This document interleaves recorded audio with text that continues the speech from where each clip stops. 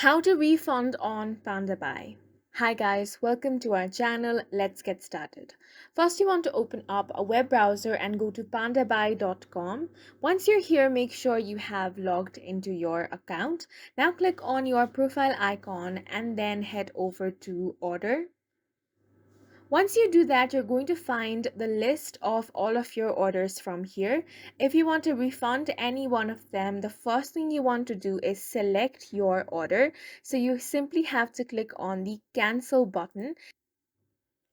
Then you have to choose the reason for canceling the order. After that, you have to confirm the canceling of your order and click the OK button. Once you have done that, your order will now be cancelled and your refund will be initiated to your Pandabuy and your account balance will be sent to your Pandabuy balance. And that's it for this video. We hope you guys found it helpful. Please make sure to hit the like button and subscribe for more helpful tutorials.